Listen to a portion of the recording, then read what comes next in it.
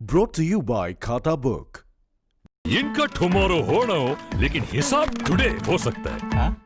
कैसे? भाई खाता आउट करो, खाता बुक डाउनलोड करो, ये ऑटोमेटिकली हिसाब करे, उधारी वापस लाए फटाफट। भेज दिया उसको हिसाब। खाता बुक, बिजनेस हुआ इजी।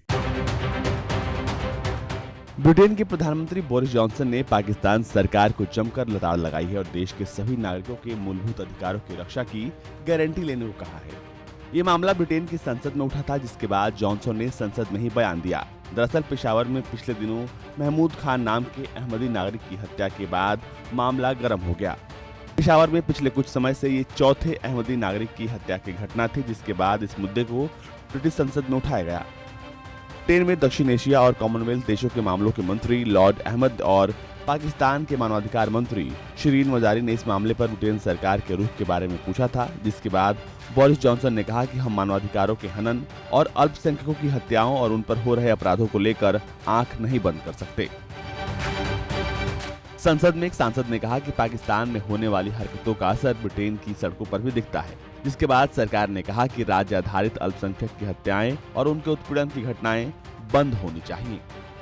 अहमद खान ने पेशावर में हुए अहमदी शख्स महबूब अहमद खान का जिक्र किया और सवाल उठाया कि इस हत्या का अपराध पाकिस्तानी कानून के अंतर्गत आता है या नहीं।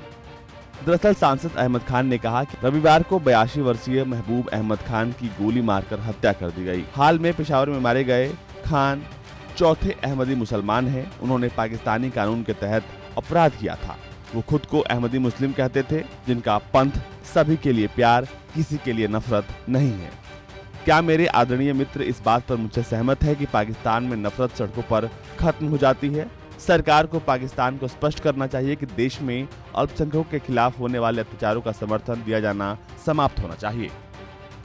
पाकिस्तान अल्पसंख्यकों के साथ होने वाले अत्याचार और शोषण को लेकर कई बार आलोचनाओं का शिकार हो चुका है। अल्पसंख्यकों के सरकारी अधिकारियों के हाथों उत्पीड़न के मामले सामने आते रहते हैं।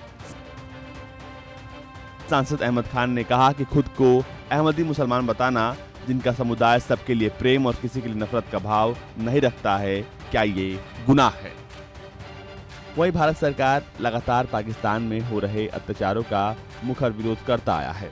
खासकर हिंदुओं, सिखों, ईसाइयों पर हो रहे अत्याचार और उनके जबरन धर्म परिवर्तन की घटनाओं पर तीखा विरोध जताया है। पिछले सप्ताह ही भारत सरकार ने दिल्ली में पाकिस्तानी राजनयिक को तलब किया था और करतारपुर साहिब गुरुद्वारे का कामकाज ऐसी कमेटी को सौंपने का विरोध किया था जिसमें एक भी सिख नहीं है। पाकिस्तान में अल्पसंख्यक हिंदुओं पर हमले और उनके धर्मस्थलों को निशाना बनाने की खबरें भी बहुत आम हैं। हिंदुओं की लड़कियों के जबरदस्ती धर्मांतरण कराए जाने और मुसलमान युवकों से शादी कराने की खबरें भी आती रहती हैं। सरकार मौन रहती है और दिखावे के लिए पाकिस्तान के अल्पसंख्यक आयोग ने सांप्रदायिक सद्भाव के लिए एक कानून का मसौदा भी तैयार किया है, जिसे संसद के पास भेजा गया है। ब्यूरो रिपोर्ट, भारत तक।